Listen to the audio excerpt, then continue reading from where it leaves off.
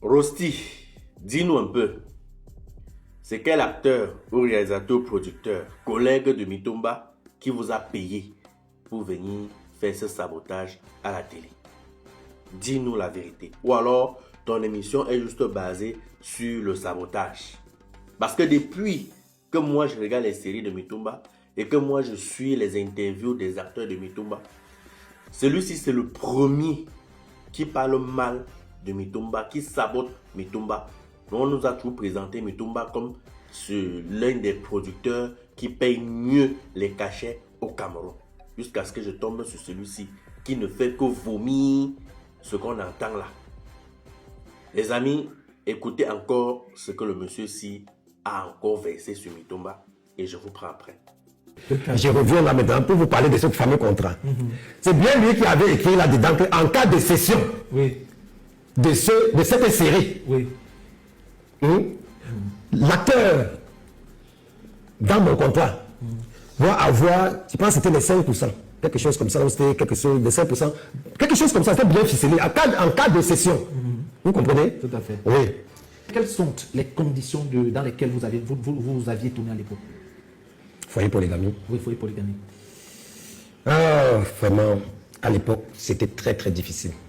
Très difficile. Parce que nous, on se battait pour payer le transport, arriver sur le site de tournage. On se sacrifiait pour avoir le costume approprié. Je dis chaque personne, moi par exemple, je me battais pour avoir l'habit qu'il fallait pour le tournage, mon costume. Et on grignotait une seule fois, à midi. Je dis bien on grignotait une seule fois à midi. Et qui fournissait à manger? C'était le producteur. Chacun avait droit d'un plat à l'époque, il y avait les plats de 500 francs. Le plat le plus luxueux ou le plus grandiose avec une petite cuisse de poulet allait dans les 700. Et si le jour qu'il était très content, on mettait un petit jus à côté pour accompagner le bon repas. Oui, c'était comme ça. Donc, c'était la seule chose que le producteur mettait à votre disposition?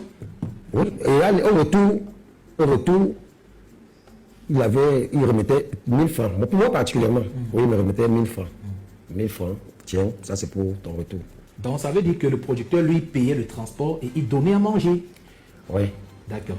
Et je donne la somme, hein, je vous donne la somme. Je dis qu'il faut bien préciser que ça veut dire que le producteur te remettait 1000 francs pour ton retour et tu avais droit à un plat de 500. Mais si c'est un jour d'anniversaire, ça grimpe peut-être à 700 francs. Et qu'on paye un jus. À cette époque, le transport ne coûtait pas aussi cher, Ferro. 1000 francs, c'était largement suffisant pour aller et venir. Largement suffisant par rapport au site où nous on se retrouvait. Parce qu'il faut savoir là où tu habitais pour savoir juger si 1000 francs pouvaient suffire ou pas. Parce qu'à ce moment déjà, j'étais responsable de famille. C'est ce que vous ignorez, j'étais responsable de famille, j'étais déjà un père de famille, j'étais marié. Et successivement comme ça, là, vous tournez une semaine et que tu te retrouves avec 1000 francs. Ça veut dire que si tu as déjà mis 500 francs dans ton ventre et tu as déjà comblé avec un petit jus, après ça, on te donne 1000 francs, tu prends le transport pour rentrer et tu prépares le transport pour ressortir demain. Ça veut dire qu'à la maison, tu vas rationner avec 500 francs. Non, c'est pas ça. En fait, on a compris que les producteurs ne payaient pas. Et lorsque vous vous engagiez, vous saviez que vous ne devez pas être payé. Maintenant, il faut quand même reconnaître qu'ils payaient le transport. Et je veux qu'on se comprenne à ce niveau. Oui, ils payaient le transport. Parce que justement, à cette époque, le taxi coûtait 150. Oui. Voilà. Alors, 500 francs, c'est quand même 3 taxis. Ça veut dire que peu importe où tu habites à Douala, lorsqu'on t'a donné 1000 francs aller-retour, tu as 500 francs pour le retour qui va quand même payer 3 taxis. Et 500 pour l'aller qui va payer 3 taxis, 500 francs pour le retour qui peut aussi payer 3 taxis. Alors, ça veut dire que le producteur payait le transport. Bon, le producteur payait à manger et le transport. Et le transport. Mais sauf que vous nous avez déjà dit un tout petit peu, ou alors subtilement, que le producteur ne payait pas les cachets. Non, il n'y avait pas de cachet. Il y avait des contrats quand même? Oui. Écrit et signé? Il y avait un contrat qu'il m'avait remis. Et vous savez que c'est quelqu'un qui allait à l'école. Tout à fait. On parle de qui? D'Ebenezer Kepombia. Le producteur, c'est Ebenezer Kepombia. Oui, non, mais il faut... Alias Mitumba. Mais non, vous avez dit qu'il y avait un contrat. C'est pour ça que je demande, le contrat était entre vous et le producteur de la saison 2. Voilà. Donc j'étais à ce niveau que vous saviez bien que lui, il allait à l'école, comme nous autres. Tout à fait. Mais l'école de la vie, je pense que moi, je l'ai que lui aussi. Parce qu'il y a deux formes d'école. L'école des Blancs, lui, il l'a fait. Oui. Moi, j'ai bataillé l'école de la vie. Je pense que j'ai plus que le doctorat dans l'école de la vie.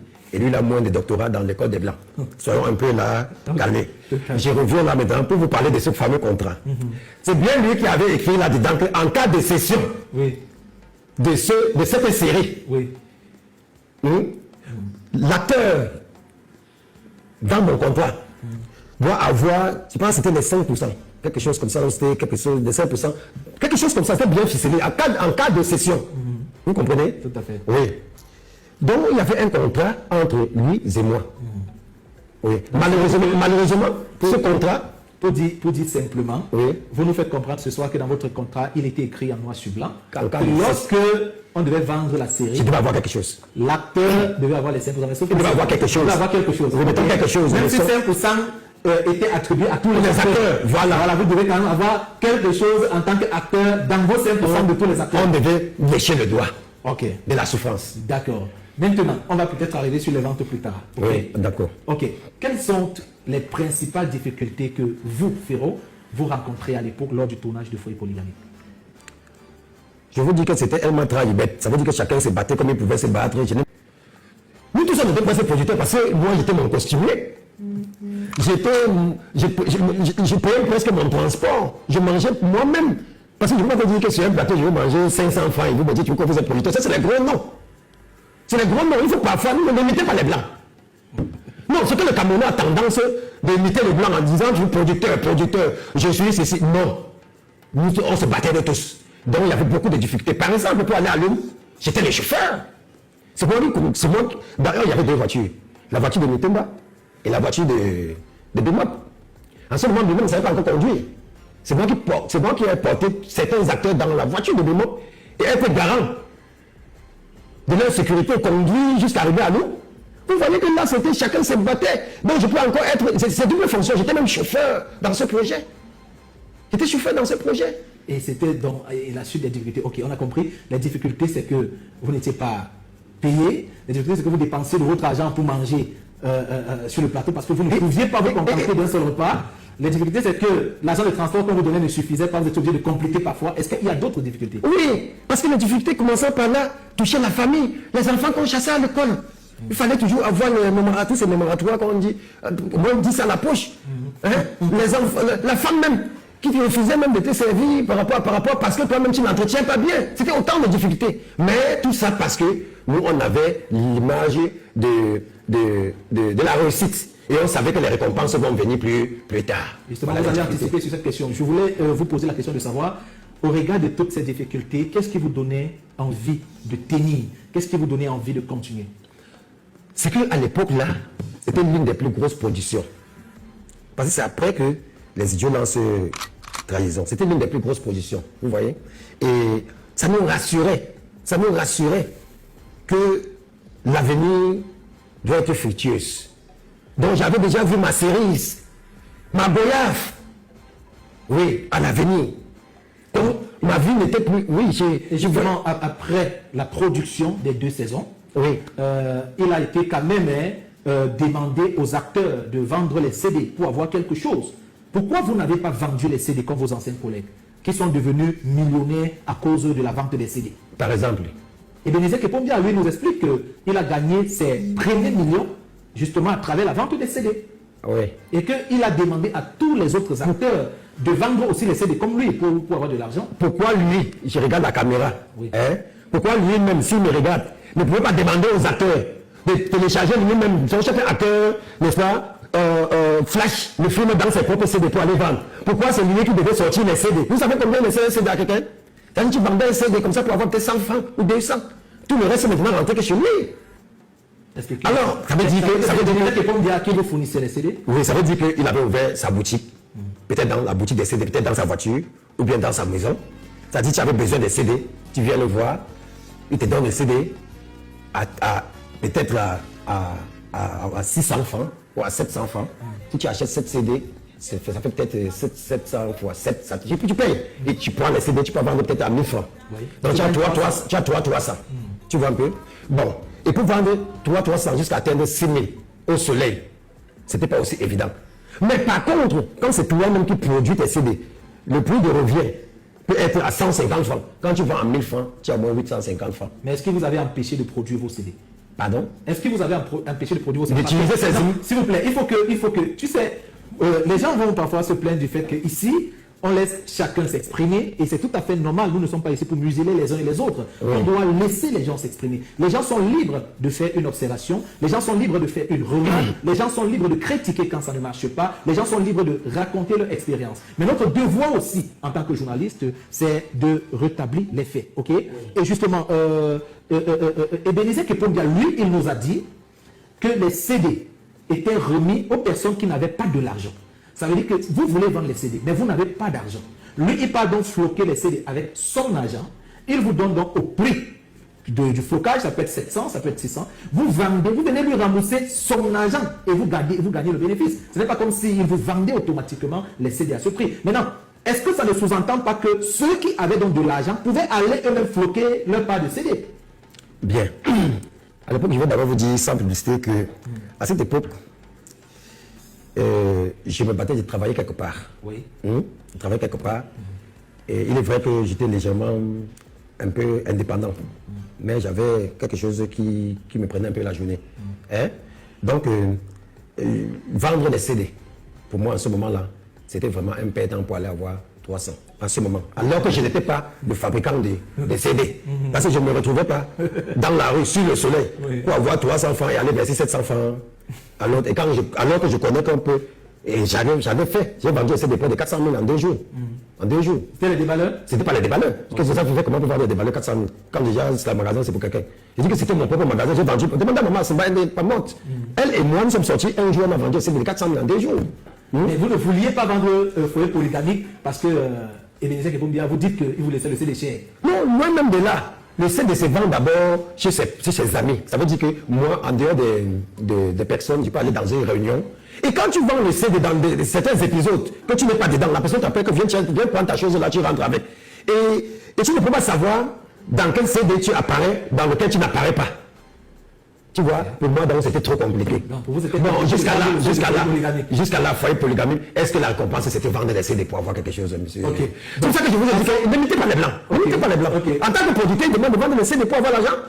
Producteur me dit quoi? Producteur me dit quoi? Soyons logiques. Vous êtes partis à l'école comme les autres. C'est parce que l'œuvre n'avait pas encore été vendue à une chaîne de... Et on n'est pas nous dit que patienter les jours qu'on va vendre et qu'on nous envoyer dans la rue. Si en partant vendre des CD, la voiture te coûte, tu meurs.